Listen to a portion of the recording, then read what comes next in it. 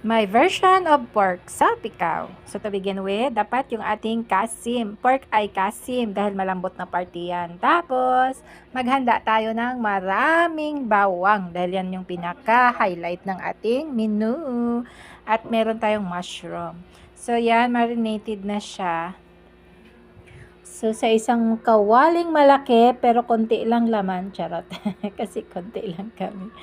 Maglagay ng mantika at unahin sa paggawa ang, ayan guys, garlic. Fried garlic, okay? Set aside. Tapos, sa isang kawali, bawasan lang yung mantika kasi madami yun. Lagayin natin yung ating pork kasem na marinated. Ayan. So, takpan lang yan. O, diba? Ganyan lang kadali magluto ng pork salpikaw. Hindi na ko na pala pinakita kung paano siya marinate, pero ang ating panimplang ginamit ay oyster sauce, soy sauce, paprika, pepper, and all-purpose seasoning. So, yan guys. Mikos-mikos, tapos takip.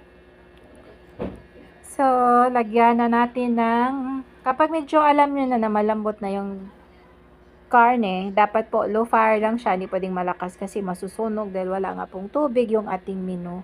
Lagay na natin yung mushroom. At kapag okay na, saglit lang ang buhay ng mushroom guys. Ayan, sige wala pa 5 minuto. Tapos na. At yung pinaka-highlight natin, ayan yung ating fried garlic is on top of our menu. So, ito na guys. Time to taste. Kain-kain na po tayo.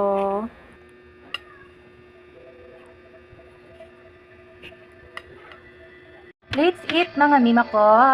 So, ang ulam natin ay pork salpikaw. Moment of truth na to. Lagyan natin ng egg. Egg.